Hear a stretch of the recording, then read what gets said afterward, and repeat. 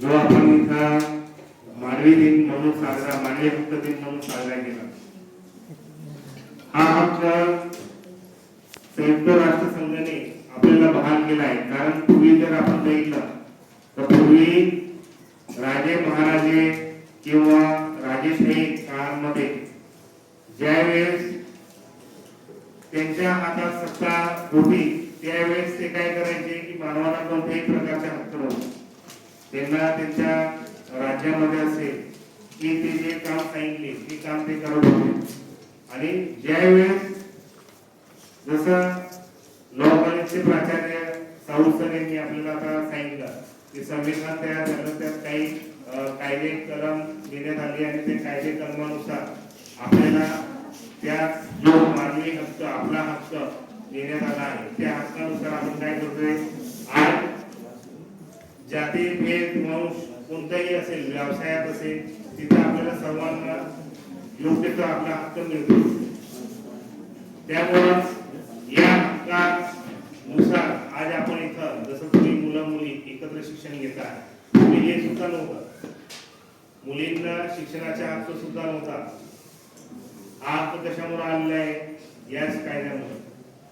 आपला हक्क पूर्वी होता का मुलींना शिक्षणाचा? आज जर तुम्ही मुलांच्या बरोबरीने आपल्या वर्गात जर बघितलं 25 मुलं 25 मुली दिसेल.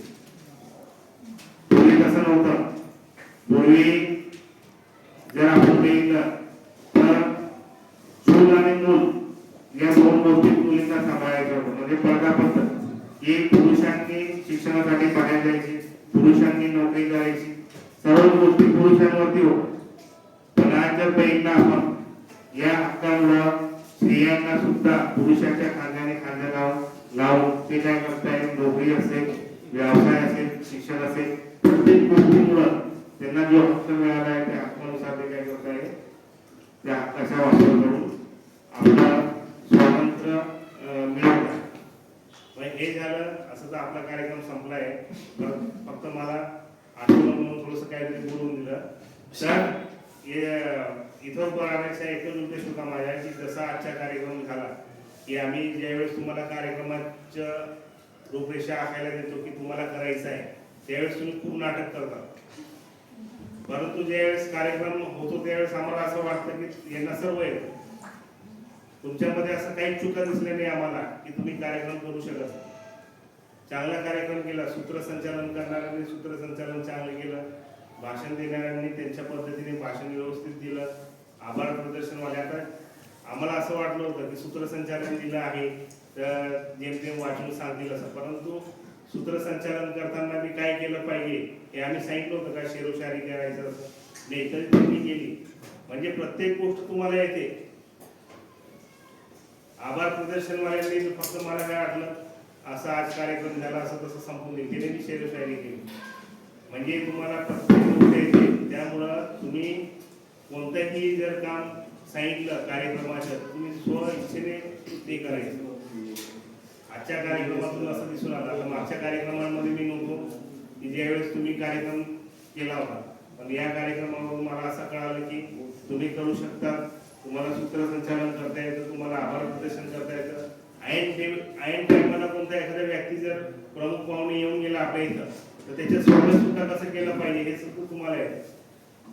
फक्त नाव सांगितलं आपण की हे असं पाहुणे आले आहे, परंतु तुम्हाला त्या पाहुण्याला नाराज न करता त्याला कसं बोलायचं, जसं इथे सांगितलं की काही कारणास्तव त्यांना वेळ लागला, ते आता उपस्थित राहिल्याबद्दल त्याचे स्वागत करणं गरजेचं आहे. म्हणजे असं आपण एखाद्या मधून बोलवलं आणि कसं स्वागत केलं, कसं बोललं पाहिजे हे सुद्धा तुम्हाला येतं. म्हणून असे कार्यक्रम घेत असताना ज्या तुम्हाला संधी येते की तुम्हाला सूत्रसंचालन करायचे आहे, तुम्हाला आभार प्रदर्शन करायचे, कोणाला भाषण करायचे, तुम्ही ते काम स्वतःने घेऊन घ्यायचं. त्यातूनच तुम्हाला पुढं बोलण्याची सवय लागेल. आता जसं तू कधी बोललाच नसेल, बघितलं नाही त्याला, परंतु तू ज्यावेळेस बोलत होता एखादा वक्ता बोलतो असं बोलत होता मागच्या आभार प्रदर्शनवाला, बरोबर. म्हणजे त्याने भाषण घेतलं असतं, भाषण बोलला का तो? हा, भाषण बोलणारा तो सुद्धा असा ज्यावेळेस भाषण देत होता त्याने लिहूनच आणलं होतं, पण त्याला बोलायचं कसं, तो बरोबर तसे कुठं थांबायचं. ज्यावेळेस आता बघा स्पष्टीकरणामध्ये तुम्हाला शिकवला की आवाजात चढ उतार, एखादा पॉईंट असेल तर त्याच्यात जोरात कसं बोलायचं, सायलेंट कसं होऊन घ्यायचं, त्या पद्धतीने तो भाषण देताना बोलला की कुठंतरी जोरात बोलायचं, कुठंतरी कमी असं. आणि त्यामुळे त्याच्या भाषणामध्ये थोडंसं असा इतरांपेक्षा वेगळं वाटलं की नाही, काहीतरी एखादा वक्ता कसा भाषण देतो त्या पद्धतीने बोलला. म्हणून काही पोरांना त्याचे भाषण आवडलं, त्यांनी इतरांपेक्षा जोरदार टाळ्या वाजल्या. मग ही संधी ज्यावेळेस तुम्हाला भेटते ना त्यावेळेस घ्यायची. पहिले तुम्ही काय बोलतात, नाही नाही मी भाषणमध्ये घेणार नाही, मला नाही जमणार. पण बघा ज्यावेळेस अशी संधी येते, लोक आपल्याला टाळ्या वाजतात, त्यावेळेस इतरांना सुद्धा वाटत असेल आता अरे मी गेलो तर त्याच्यापेक्षा चांगलं बोललो, वाटतच नाही. आता सूत्रसंचालन करताना इने जसं बोललं तसं आता बसलेल्यांमध्ये कोणाला तरी वाटलं असेल मी उभं राहिलो तर ताजूच्या पेक्षा चांगलं केलं. पण महत्वाचं काय आहे, ज्यावेळेस संधी येते ना त्यावेळेस तुम्ही नाकारून देतो, त्यावेळेस तुम्ही ती घेऊन घ्यायची, तर तुम्ही लोकांसमोर काय होईल, प्रसिद्ध होणार. तर आजचा कार्यक्रम इथं व्यवस्थित झाला आहे. पुढच्या वेळेस असे अनेक कार्यक्रम आपल्याला येतील. त्यावेळेस आता ज्यांना संधी मिळाली नाही त्यांना जर वाटलं की नाही आता पुढच्या वेळेस मी सहभाग घेईन, मी सूत्रसंचालन करेन, मी आभार प्रदर्शन करेन, भाषणमध्ये आलं नाही तरी काहीतरी बोलेल, तर त्यांनी घ्या. ठीक आहे.